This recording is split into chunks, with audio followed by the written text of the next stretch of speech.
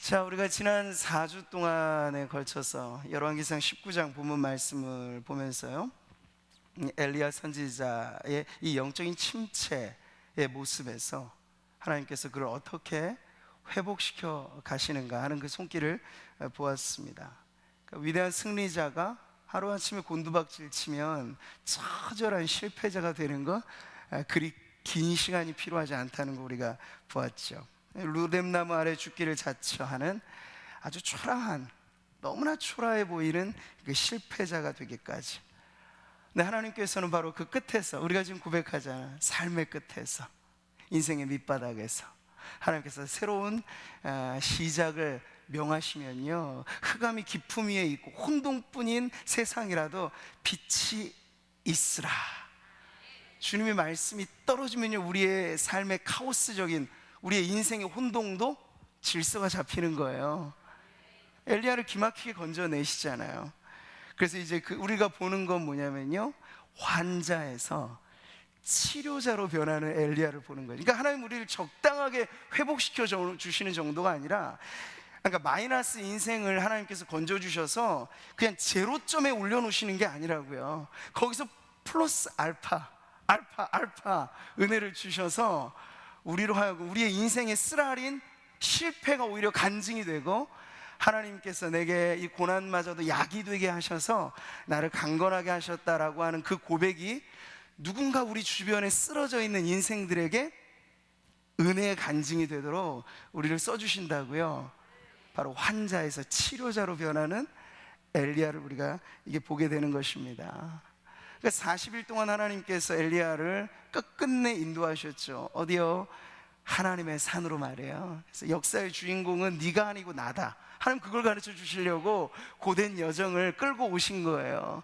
그래서 세미한 소리 가운데 말씀하셨잖아요. 산을 가르는 강풍에도 아니고, 땅이 진동하는 지진에도 아니고, 불의 화염 속에서도 아니고, 들릴락 말락한 세미한 소리 가운데 하나님 찾아오셔서, 봐라 엘리야야, 나는 이 세미한 소리 가운데도 역사한다. 근데 세미한 소리 가운데도 역사하시는 이가 하나님이시라면요, 그 세미한 소리가 온 인류를 뒤집어 놓는 거예요. 믿으시기 바랍니다. 우리 예수님에 대한 구약의 예언이 그렇잖아요. 주님은 소리쳐 외치는 분이 아니라 그랬어요. 아주 부드럽게. 그러나 그 부드러운 주님의 음성이 어때요? 부드러운 게 강한 것을 이기잖아요.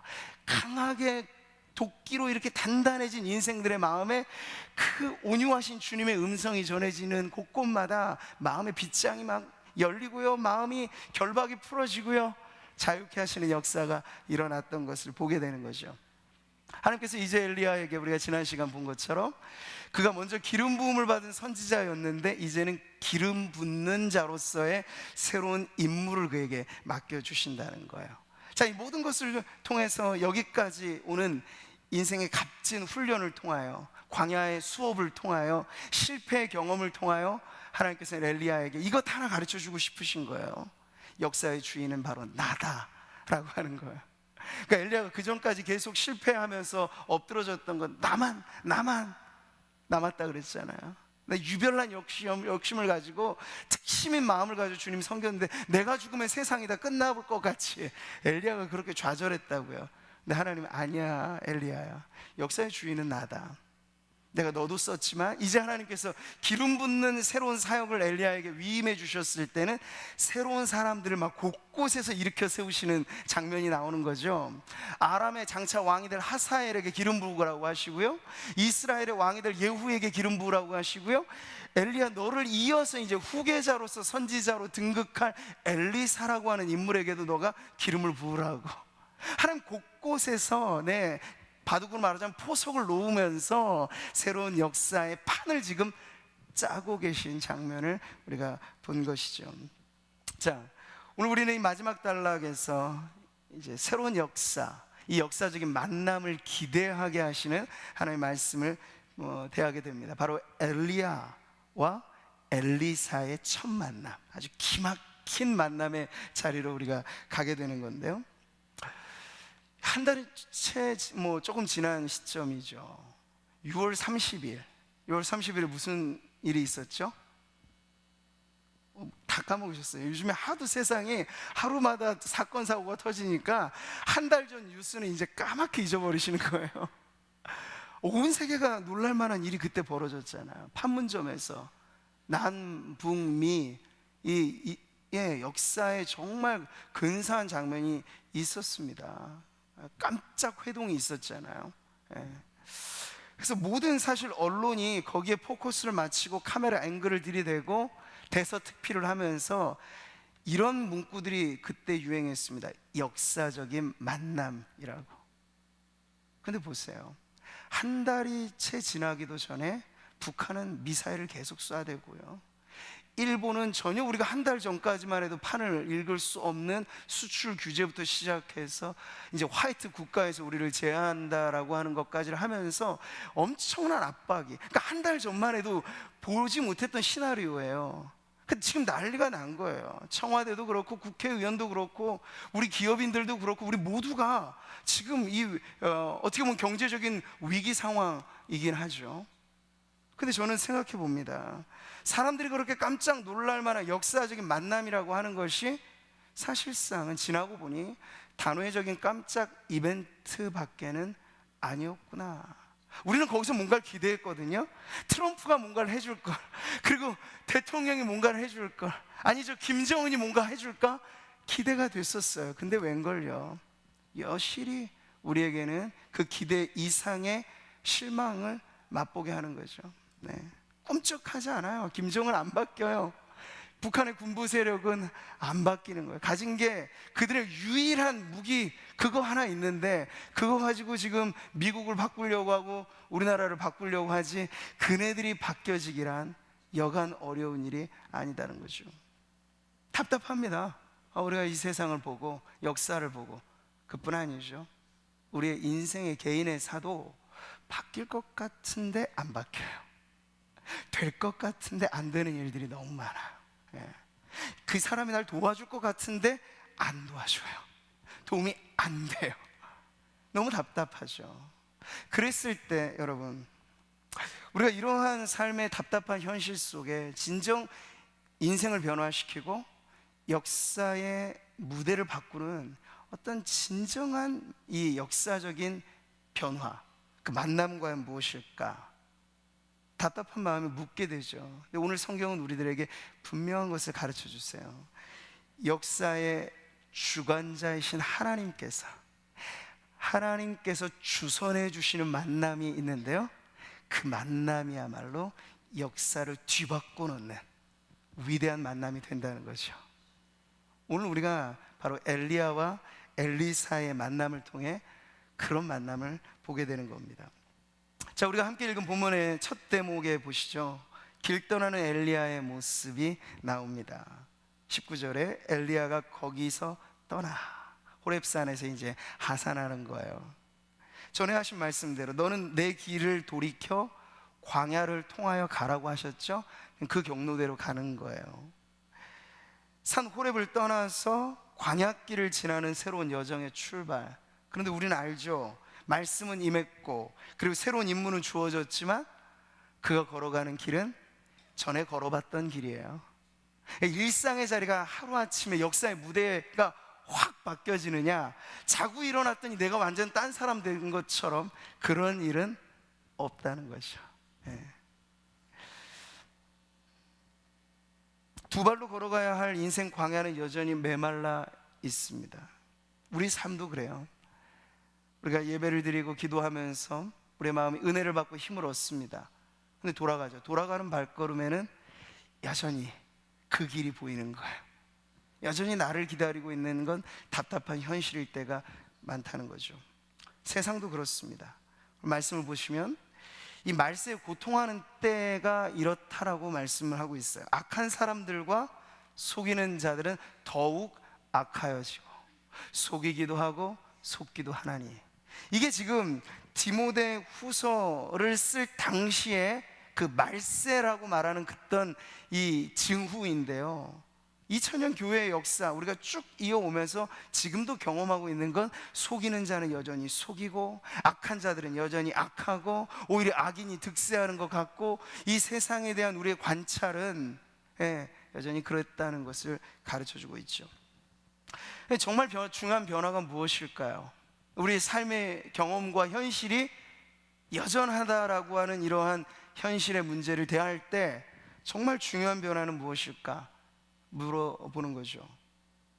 자, 여러분, 세상이 당장 안 바뀌고 내 삶이 당장 안 바뀐다 하여도 하나님의 말씀이 오늘 엘리야에게 임하여 엘리야가 변화하고 환자에서 치료자로 기름 부음 받았던 자에서 기름 붓는 자로 그 인생이 변화된 것 자체에서 우리는 하나님의 놀라운 역사의 시작을 보게 되는 거죠.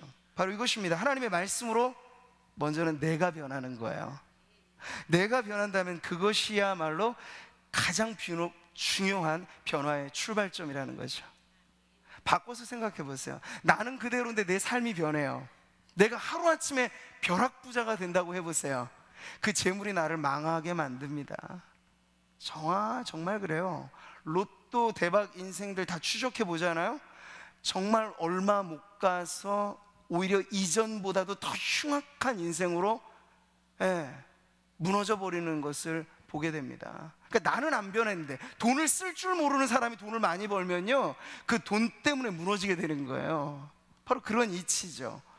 자, 우리는 엘리야의 걸음에서 지금 그런 변화를 봅니다. 가는 광야길도 그대로, 지금 역사 그대로, 모든 것이 그대로인 것 같지만 변화는 이미 시작됐다는 거예요. 하나님의 세미한 소리가 엘리야를 관통하고 엘리야에게 새로운 임무가 떨어지고 그 한 사람 한 사람, 이 전체 무수히 많은 해변의 모래알 같은 많은 사람들 중에 한 사람이 과연 뭐가 중요할까? 아니요, 하나님의 말씀이 임한 한 사람이 중요하다는 거예요. 그 한 사람에서부터 하나님은 위대한 역사를 일으켜 나가시니까 말이죠.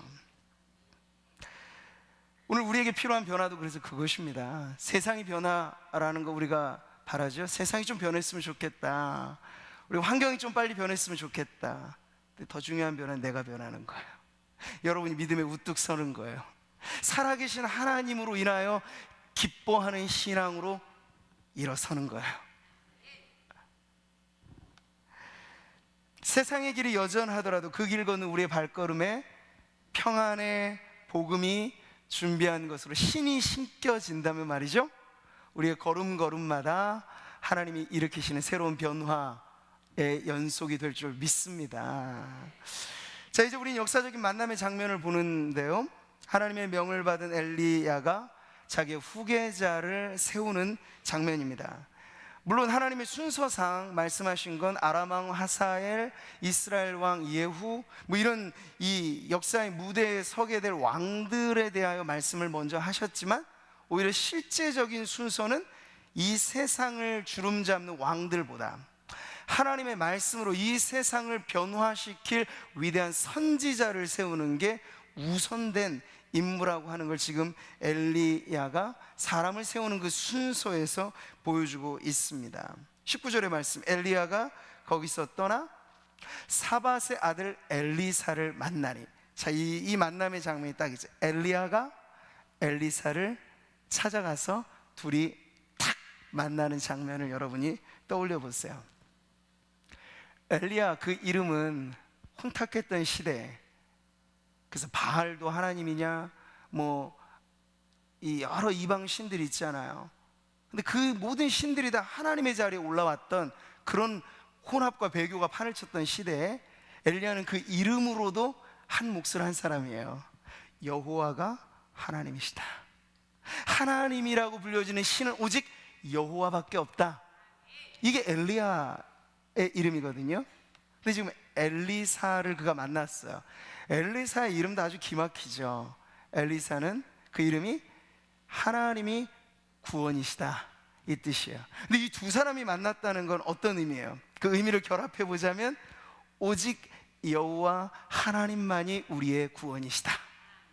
그러니까 역사적인 만남이라는 거예요. 엘리야와 엘리사의 만남은 그 시대에 하나님을 모든 신들에게 이름을 붙여놓았던 그 혼탁했던 시대, 아니 오직 여호와만이, 우리가 구약 성경에서 보는 그 여호와 하나님만이 유일하신 참 하나님이고 그분만이 우리의 구원자이시다 라는 걸 세상 천하에 알리는 복음의 아주 웅장한 선포가 바로 이 두 사람의 이름이 결합되는 그 만남에서 지금 드러나는 내용이죠.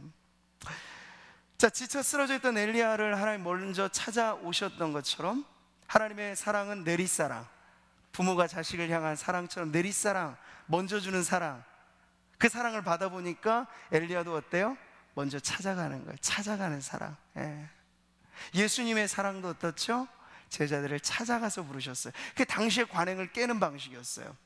당시는 사람들이, 제자들이 스승을 선택했거든요. 유명한 스승, 오늘날에도 뭐 테드니 세바시니 강연으로 유명한 사람들 하면 얼마나 인기가 있어요. 당시도 그런 식이었어요. 근데 완전히 전복적인 변화를 예수님이 시도한 건 예수님 직접 걸어가셔서 한 명 한 명 일일이 콜링하셨다는 거야. 야, 나를 따라라. 알페오의 아들 부르시면서, 세베대의 아들 부르시면서, 시몬과 안드레 부르시면서 예수님께 직접 찾아가 주셨는데, 오늘 엘리야가 바로 그렇게 자신의 수고로운 발걸음을 이어서 엘리사를 찾아 만나는 장면을 우리가 보는 거죠.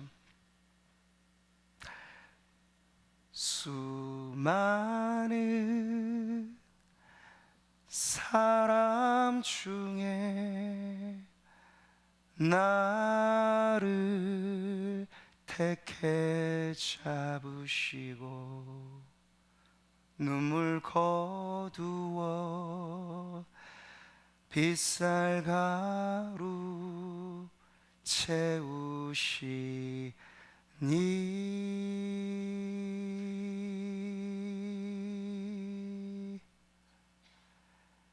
제가 아주 좋아하는 옛 찬양인데요, 주님은 내 자랑, 주님은 내 노래, 나의 전부 되십니다 하는 이 고백이 근데 어디서 시작되냐면, 나보다 먼저 나를 사랑하시네. 바로 이렇게 먼저 찾아오신 사랑 때문에 우리가 주님께 이 사랑을 고백할 수 있게 되는 거예요. 사랑하는 성도 여러분, 여기서 우리 아주 중요한 배움을 받습니다. 하나님 나라의 일을 위해서 나 자신의 결심도 중요합니다. 이거 정말 중요해요. 우리의 헌신 당연히 필요합니다. 근데 그보다 앞서서 중요한 게 있어요. 그건 하나님의 선택입니다. 이걸 우리가 소명이라고 말하는 거예요. 소명은요, 내가 한번 하나님 위해서 일해보겠습니다가 먼저가 아니에요. 우리를 콕 집어서 하나님이 불러내시는 것이 바로 소명입니다. 여러분, 우리 그런 점에서 성도들은요, 세상으로부터 부름받은 하나님의 소명자들인 줄 믿으시기 바랍니다. 여러분, 우리 그런 점에서 우리 자신의 이 삶이라고 하는 것이 엄청난 가치가 있고 보배로운 그러한 삶이 되는 줄 믿습니다. 그래서 우리가 무언가 하나님의 일을 위해서 이 옷을 걷어붙일 때 이 질문을 스스로 해야 되는 거예요. 내가 지금 하나님의 일을 내 열심 때문에 하는가, 아니면 하나님의 부르심 때문에 하는가? 아주 중요한 질문이에요. 자신의 열심이 첫 출발이 된 사람들 많이 있죠. 엘리야도 그랬거든요. 근데 그 열심이 무너지면 한도 끝도 없는 거예요. 열심히 특심이었던 사람이 한번 무너지고 부패하면 더 심한 냄새를 나타내게 됩니다.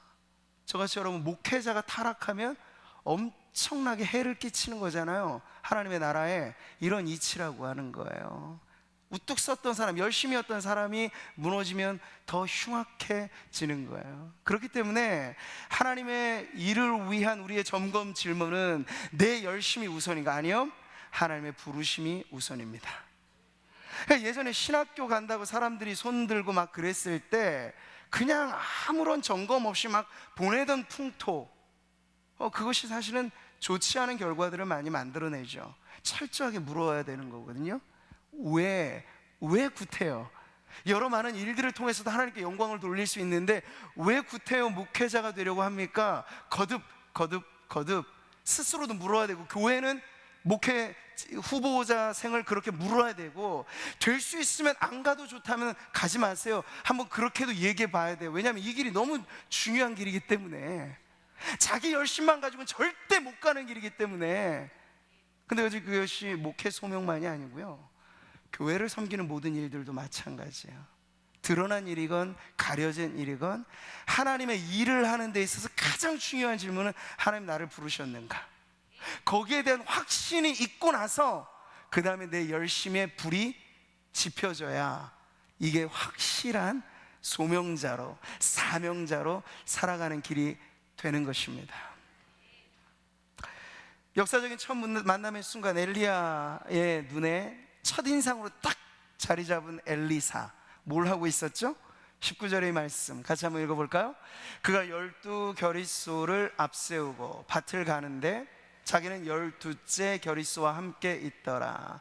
2마리 소가 쟁기를 끄는 걸 겨리라고 하거든요. 그러니까 지금 엘리야의 눈앞에 엄청난, 아마 당시로서는 분홍이랄 거라고 보는 거예요. 그 밭의 규모가 엄청나고 12겨릿소가 지금 있다고 하는 거니까, 그 중에서 엘리사는 12번째 겨릿소를 지금 끌고 가고 있는 장면에서 보는 거예요. 현장에 찾아왔어요. 그 일터에 찾아왔어요. 엘리사의 땀이 배어져 있는 삶의 현장에 찾아왔어요. 자, 근데 지금 보여지는 엘리사, 그래봤자 많은 농사꾼들 중에 한 명이에요. 평범하기 이를 데 없는 인생이죠. 이 모습을 보면서 엘리야가 순간 멈칫했을 수도 있지 않을까요? 야, 정말 이 사람, 왜냐하면 엘리야는요, 지금 산전수전, 공준전 다 겪어봤던 사람이잖아요. 그러니까 하나님의 일을 한다는 게 이게 보통 일이 아니라는 걸 누구보다 뼈저리게 아는 사람이 엘리야잖아요. 근데 그 엘리야의 눈에 비친 엘리사는 그냥 평범해 보이는 사람이에요. 그냥 농사꾼의 한 사람 정도로 보이는 거예요. 정말 이 사람이 맞을까? 하나님 가라고 해서 내가 찾아오긴 했는데 얘가 걘가? 이런 의구심이 들었을 수도 있죠. 크게 인상적일 것 없는 첫 만남인 거예요, 사실. 자, 그런데 여기서 우리는 기막힌 비밀을 보게 되는 겁니다. 하나님의 부르심이라고 하는 게 사실 그렇다는 거예요. 하나님의 부르심의 그 대상들은요, 그 사람의 특출함이 아니라 하나님이 특별한 분이시기 때문에 그 특별한 하나님께 부름받은 사람들이 특별해진다는 거죠. 여러분, 이거 아주 잘 아셔야 돼요. 세상은 정반대거든요. 세상의 사람들을 선발하는 기준은 그 사람이 특별한 걸 보고 뽑아요. 근데 하나님이 부르시는 기준은 이새의 아들 다윗, 다른 조건 없잖아요. 키를 보셨습니까? 뭐를 보셨습니까? 요모조모 다 따져봐도 별로 사무엘의 눈에도 안 찼거든요. 근데 하나님 눈에 차신 게 있어요. 중심이 바르다는 거. 사람은 외모를 보고 평가하지만 나 여호와는 중심을 보느니라.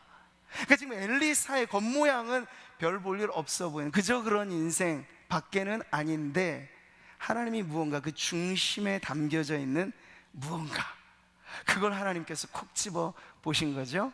그래서 그 평범한 인생 중 하나였던 엘리사를 지명하여 불러내시는 겁니다. 예수님의 소명 사건도 이와 아주 비슷하잖아요. 갈릴리 걸어 다니시면서 흔해 빠진 어부들 중에 몇 명 부르셨어요. 베드로가 특출했습니까? 안드레가 특별했습니까? 요한과 야고보가 특별했습니까? 특별한 건 그들에게 없어요. 그런데 그들을 부르신 예수님이 특별한 분이셔서 그 특별한 분에게 탁 집어 소명을 받으니까 그제서 그 인생들이 아주 특별한 인생이 되어진 거죠. 평범한 인생들을 부르시는 하나님의 특별한 부르심, 이것이 바로 소명의 의미입니다. 그러니까 여러분이 지금 하나님의 부름받아 나선 이 몸, 이렇게 찬송을 부른다 했을 때, 그리고 우리가 그런 일들을 뭔가 기대하고 자녀들에게 뭔가 그런 일들을 꿈꾸고 했을 때, 우리는 빨리 세상의 방식과 정반대인 하나님의 방식을 봐야 합니다. 여전히 하나님은 물러섬 없이 중심을 보시는 하나님이세요. 그리고 특별한 소명의 의미는 하나님이 부르신 누구라도 그 인생을 뒤바꿔, 토기장이신 주님이 떡반죽 이렇게 어루만지면서 결국에 이르러선 하나님의 작품을 빚으시는 하나님의 손 안에서 쓰임받는 것이 바로 소명과 사명의 삶이다 하는 것을 여러분 잊지 마시기 바랍니다. 우리 이 말씀 아주 중요한데 같이 한번 읽어보겠습니다. 형제들아, 너희를 부르심을 보라. 육체를 따라 지혜로운 자가 많지 아니하며 능한 자가 많지 아니하며 문벌 좋은 자가 많지 아니하도다.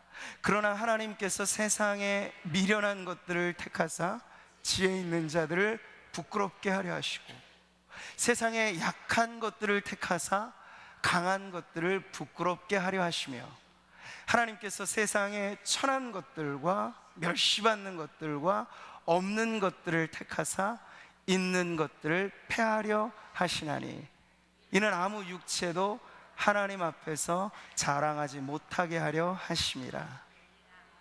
이 성경 자막 계속 좀 한번 띄워주세요. 여러분, 그리고 뚜렷이 보세요. 여러분은 어디에 속해 있는 사람입니까? 여러분은 어디에 속해 있기를 바라십니까? 여러분이 집중적으로 투자해서 키우는 자녀들이 여러분 어디에 속해 있기를 바라십니까? 정직하게 말씀해 보세요. 있는 자들 속에 속하기를 바라지 않습니까? 문벌 좋은 자들 쪽에 속하기를 바라지 않습니까? 우리 모두 대부분 사실 그렇습니다. 근데 보라는 거예요. 오늘 하나님 말씀은 보라는 거예요. 당시 초대교회 성도들의 구성과 그들의 모임의 내용들을 보라는 거예요. 육체를 따라서 남다르게 특별한 사람도 없고 세상에서 잘 나가는 사람도 없고 별 볼 일 없어 보이는 인생들 투성이에요. 오히려 기준 미달의 약한 인생들, 부끄러운 인생들 투성이에요. 근데 하나님은 그들을 부르시고, 그들을 부르신 하나님이 특별한 분이시기 때문에 그 부름 속에서 이들이 이제 더 이상 이전과 같지 않아. 그래서 이전엔 어둠이었고 이전에는 똑같이 세상 닮은 부패였지만 이제는 하나님의 소명을 받아서 빚덩어리가 되는 거고요, 소금이 되는 거고요, 세상을 변화시키는 세상의 주역들이 되는 것이죠. 사랑하는 성도 여러분, 하나님의 나라에 합당한 일꾼을 선발하신 오늘 하나님의 이 역사적인 만남의 내용을 통해서 우리가 허튼 열심을 가질 이유가 아무것도 없다는 거 여러분 다시 한번 기억하시기 바랍니다. 하나님의 마음에 드는 게 제일 중요해요. 하나님의 마음에 드시기를 바랍니다. 언제나 하나님과 마음이 통하는 그 중심의 진실함을 보시는 하나님 앞에 진실한 성도로 사세요. 그게 진짜입니다. 그게 전부입니다. 그게 하나님 가장 편하게 쓰실 수 있는 조건입니다. 그래서 저는 저를 포함해서 교회를 섬기는 어느 누구도 감히 이 말씀 앞에 쓸 때 누가 자랑할 것이 있는가? 아, 내가 이런 자격 조건이 있어서 하나님 나를 세우셨지, 누가 그런 말을 할 수 있을까요? 오히려 자랑하는 자는 하나의 자랑밖에 없는 거예요. 나를 나되게 하신 하나님의 은혜, 아무짝에도 쓸모없는 나 같은 죄인 살리신. 영어의 원 가사가 쓰레기 같은 나라는 표현을 써요. 그러니까 탕자가 한번 되어본 경험이 있는 인생들은 그게 뼈저리게 느껴지죠. 돼지 우리에서 진창을 부르면서 되지만도 못한 인생을 살아봤다가 극적으로 아버지 품에 안겨본 인생들은 알아요. 자랑할 건 내게 없고 내 유일한 자랑은 내 아버지밖에 없다는 걸. 우리 모든 성도들의 이구동성의 고백이 이것 아닙니까? 나를 나되게 하신 오직 하나님밖에 없다. 그래 여러분, 드러나든 드러나지 않든 어떠한 곳에서 하나님의 일을 할지라도 우리는 오직 유일하신 그 하나님, 나의 유일한 자랑, 그러나 내게는 오직 우리 주 예수 그리스도의 십자가 외에는 결코 자랑할 것이 없는 인생이 되시기를 축복합니다. 그러면 손해보지 않아요. 일하고 나서 낭패당하지 않아요. 희생자 증후군에 빠지지 않아요. 내가 일할 때도 주님이 나의 자랑이고 물러설 때도 주님이 나의 자랑이면 서나 앉으나 누우나 손해보지 않는 인생이 될 줄 믿습니다. 기록된 바 자랑하는 자는 주 안에서 자랑하라 함과 같게 하려 함이라. 평범해 보이는 농사꾼 앞에 이 백전 노장 하나님의 사람 엘리야가 섰고, 그저 평범해 보이는 사람 속에 엘리사를 불러냈을 때 첫 인상에서 엘리야가 멈칫할 수 있었겠지만 엘리야는 알았습니다. 장차 엘리사라고 하는 이 인물이 하나님의 사람이 되리라고 하는 것을 말이죠. 첫 만남 이후에 이어지는 내용, 엘리사에게 주어진 소명의 테스트가 이제 있습니다. 엘리야는 미리 알고 왔지만 엘리사는 금시초문, 이게 아닌 밤중에 홍두깨라는 게 이런 거예요.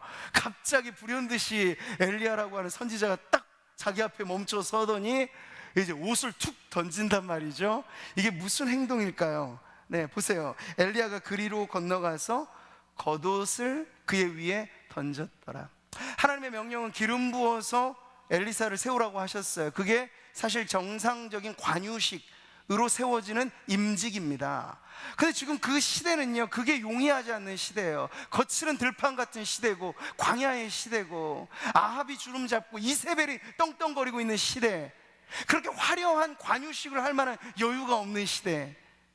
그래서 엘리야가 변용하였던 그 임직의 방식은요, 자신을 상징하였던 그의 옷을 벗어서 그 옷을 통하여 엘리사에게 대화를 거는 거예요.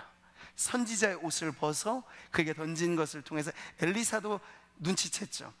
이 제스처, 이 행동에 특별한 의미가 있다는 걸 알았던 거예요.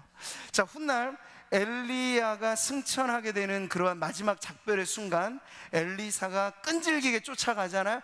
요단강 앞에 둘이 섭니다. 요단강이 갈라지게 될 때 엘리야가 사용했던 건 그의 겉옷을 들고 내리치는 거예요. 그러니까 이 선지자의 겉옷은 선지자직을 상징하는 그러한 표시라였다는 거예요. 근데 그걸 벗어서 엘리사에게 던졌다는 거죠. 그를 소명, 콜링하는 그런 장면을 연출하고 있는 거죠.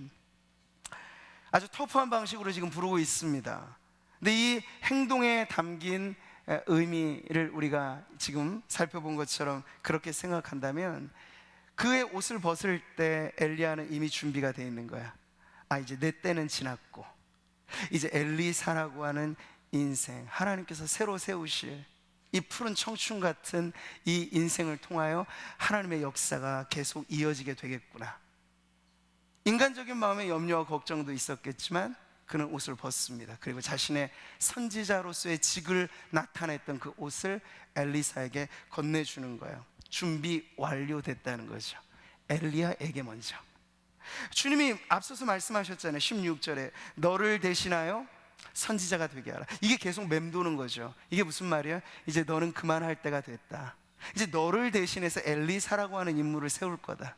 그랬을 때 엘리야의 인간적인 마음 안에 계속 이 말씀이 맴도는 거, 이제 내 때가 지나고 엘리사라고 하는 인생을 하나님께서 역사의 무대 위에 세우시겠구나.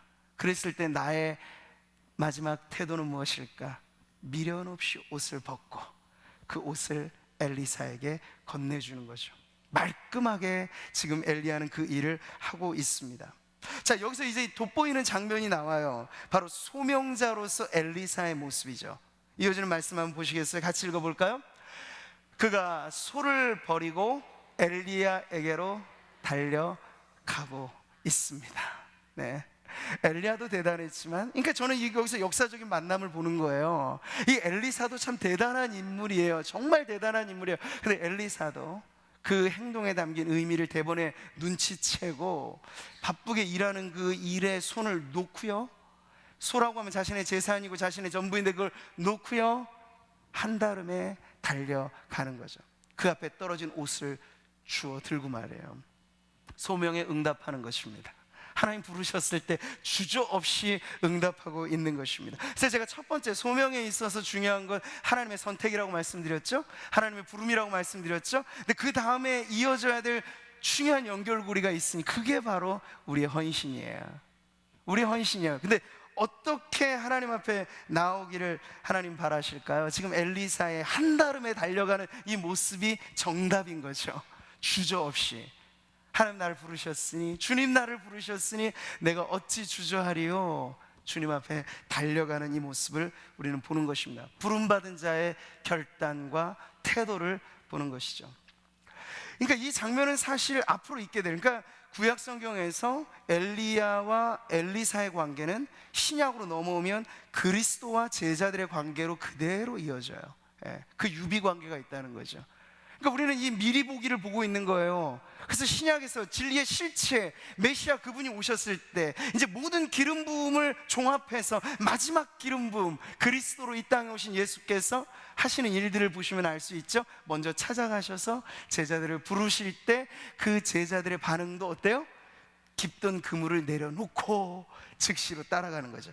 예수께서 이르시되 나를 따라오라 내가 너희로 사람을 낚는 어부가 되게 하리라 하시니 같이 읽겠습니다. 곧 그물을 버려두고 따르니라. 곧 주저없이 망설임 없이. 버나드 쇼라고 하는 희곡 작가가 그의 재미있게 인생의 비석에 남겨준 그 글귀가 있잖아요. 비문이 우물쭈물하다 내 이럴 줄 알았지. 그 마지막 의미를 잘 전달이 안 됐나요? 한번 웃고 넘어가실 대목인데 비석에 말이에요. 이렇게 써놓으라고 얘기를 한 거예요. 우물쭈물하다 내 이럴 줄 알았어. 죽음의 마지막 순간까지 인간은 그런 거예요. 우물쭈물. 다른 건 몰라도 하나님의 부름 앞에서 우물쭈물하면 안 돼요. 바짝 손을 들고 누가 나를 위하여 갈고 하나님 부르시면 바짝 손을 들고 하나님 주님이 나를 부르셨으니 내가 무엇을 두려워하리요 누구를 의식하려 주님 앞에 내가 가겠습니다 하고 직행하는 거죠. 네. 제가 좋아하는 이 개혁자 칼빈을 대표하는 문장이 있습니다. 엠블럼이라고 하는 그 문장이 있는데 그는 이것이 자신의 인생 좌우명으로 그렇게 고백을 했습니다. 제 심장을 저 보세요. 이 문장이 담겨져 있는 이 아이콘이 심장을 든 손이자 이게 지금 개혁자 칼빈의 인생 좌우명이에요. 제 심장을 주님께 바칩니다. 즉시로 진심으로. 이 문장 어느 하나에도 뺄 게 없어요. 내 심장, 내 가장 중요한 거 일부가 아니라 내 심장을 주님께 바칩니다. 근데 어떻게? 즉각적으로 진심으로. 할렐루야. 이것이 바로 주님께 부름받은 인생들의 고백이 되어야 할 줄 믿습니다. 주님 우리를 쓰시겠다 할 때 여러분 이것저것 잴 것이 없습니다. 내가 몇 달란트를 가졌나 그거 세지 마세요. 중요한 건 달란트의 양이 아닙니다. 사람마다 다 달라요. 은사도 다르고 달란트 틀려요. 어떤 사람 한 달란트, 어떤 사람 둘, 어떤 사람 다섯, 어떤 사람 열, 뭐 100 차이가 있겠죠. 근데 달란트의 양이 중요하지 않아요. 그걸 받은 자의 태도가 중요하죠. 근데 많은 사람들이 어리석게 땅에 묻어둔단 말이에요. 이까짓 것 이렇게 말해요. 하나님이 주셨는데 하나님이 부르셨는데 그걸 소홀히 여겨서 땅에 묻어둔단 말이죠. 그래서는 안 된다는 거예요. 받은 달란트의 양이 중요한 게 아니라 어떻게 중심으로 하나님 앞에 섬기느냐. 관건은 거기에 있습니다. 주님이 우리를 부르실 때 마지못해 나선 이 몸 아니잖아요. 푸른바다 나선 이 몸 어디든지 가오리다죠. 진심으로 전심으로 즉각적으로 기쁨으로 자원함으로 악으로 깡으로가 아니라 감사함으로 주님 앞에 우리 자신을 드리는 삶, 이것이 바로 아름다운 성도의 선신된 삶인 줄 믿습니다. 여러분 지금 이 모든 메시지와 이 말씀이 특정인에 대한 대상이라고 생각하면 오해했어요. 성도라면 누구나 다 하나님 앞에 이런 지금 부름 앞에 서 있는 것이에요. 헤아려 보세요. 여러분 안에 은사가 없습니까? 달란트가 없습니까? 주를 향하여 주님이 우리에게 주신 것 저마다 다 고유하게 있습니다. 고유하게 있습니다. 근데 차이는 어디서 나냐면 이걸 누가 진심으로 드리냐, 누가 기꺼이 드리냐, 누가 적극적으로 드리냐, 거기서 차이가 난다는 거예요. 우물쭈물하다 내 이럴 줄 알았지, 그런 성도가 돼서는 안 돼요. 하나님 문턱에 딱 섰을 때 하나님 속 시원합니다. 제게 맡겨주신 모든 걸 제가 완수하고 주님 예수님처럼 테텔레스타이 완료 다 이루었다, 제게 맡겨주신 사명 다 완수하고 여기 왔습니다, 땡큐 감사합니다 하나님 만세하고 천국에 들어가야죠. 주님 앞에 섰을 때 주님 죄송합니다, 제가 어쩔 줄 모르겠습니다, 제게 많은 거 주셨는데 제가 이것도 저것도 못하고 여기 왔네요, 이러시면 곤란합니다. 주님 앞에 여러분이 부름받은 마지막 자리에서 우리가 당당하게 찬송처럼 그렇게 나아가게 되시기를 축복합니다. 아골골짝 빈들에도 복음 들고 가오리다. 소돔 같은 거리에도 사랑 안고 찾아가서 종의 몸에 지닌 것도 아낌없이 드리리라. 종의 몸에 지닌 것도 아낌없이 드리리. 아골골짝 아골골짝 빈들에도 복음 들고 가오리나. 소돔 같은 거리에도 사랑 안고 찾아가서 종의 몸에 지닌 것도 아낌없이 드리리다. 종의 몸에 지닌 것도 아낌없이 드리리라. 할렐루야. 아낌없이 사십시오. 남김없이 사십시오. 미련 없이 사십시오. 이것이 성공의 인생인 줄 믿습니다. 우리 엘리야의 모습을 보면서 그가 모든 것을 완벽해서 하나님이 쓰시는 건 아니에요. 아직 그도 빚어질 게 아직 많은 인생이죠. 근데 이 부름의 첫 장면에서 완벽하지는 않았지만 즉각적으로 나온 엘리사의 그 반응이 너무나 귀한데요. 그는 지금 엘리야에게 한 가지의 요청만 하고 있을 뿐이에요. 다른 것 없어요. 한 가지는 아주 정상적이고 지극히 타당한 요청이죠. 그게 뭔가요? 나를 내 부모와 입맞추게 하소서. 작별의 입맞춤 정도는 해도 괜찮잖아요. 그리한 후에 내가 당신을 따르겠습니다. 아니 10계명에도 내 부모를 공경하라는 말씀이 있잖아요. 아주 지극히 정상적인 요청이에요. 근데 여기에 대하여 엘리야의 반응이 약간 퉁명스럽습니다. 뭐라고 반응하죠? 그래 돌아가라. 근데 내가 내게 어떻게 행하였느냐? 여기서 뭔가 석연치 않은 엘리야의 반응을 우리가 보게 되는 거죠. 여기서 이제 온도의 차가 있는 거예요. 엘리야가 생각하는 소명의 온도 차와 이제 갓 부름받은 엘리사가 느끼는 소명의 온도 차가 지금 있는 것인데, 엘리야에게 있어서는요, 소명이란 매우 긴박한 부름이에요. 그러니까 뒤돌아볼 것 없이, 그러니까 예수님께서 제자들에게 있어서 무리들 중에서 뽑아내신 제자들을 부르실 때 주님이 그 소명에 담겨져 있는 의미를 이렇게 말씀하셨거든요. 같이 한번 읽어보겠습니다.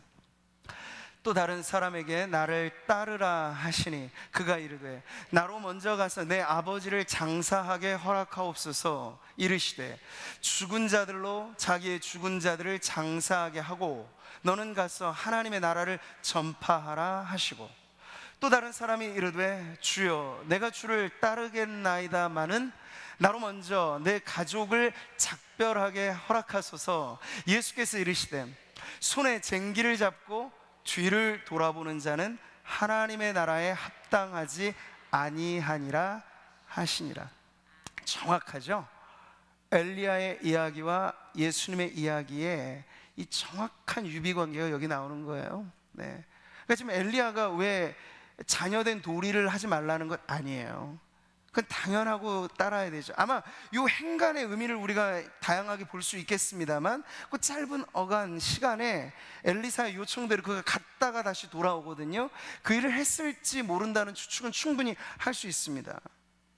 근데 엘리야가 지금 이렇게 반응하는 것은요, 엘리사가 아직 한 가지를 모르고 있다는 걸 가르쳐주고 싶은 거예요.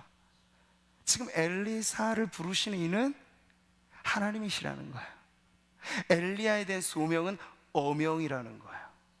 제가 지금 이렇게 여러분과 예배를 드리고 있지만 만약 이 왕이 옛날 시대로 말하자면 즉각적으로 만약 부른다면 어떻게 해야 될까? 모든 걸 뒤로 하고 왕의 엄용이면 따라야 되는 게 맞는 이야기예요. 지금 그 소명의 대상이 하나님이 당신을 부르고 있는 한 그 중간에 어떤 것도 개입되어서는 안 된다.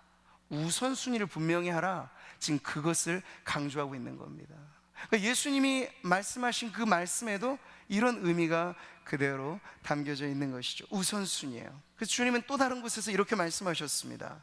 무릇 내게 오는 자가 자기 부모, 처자와 형제와 자매와 더욱이 자기 목숨까지 미워하지 아니하면 능히 내 제자가 되지 못한다고 말씀을 하셨어요.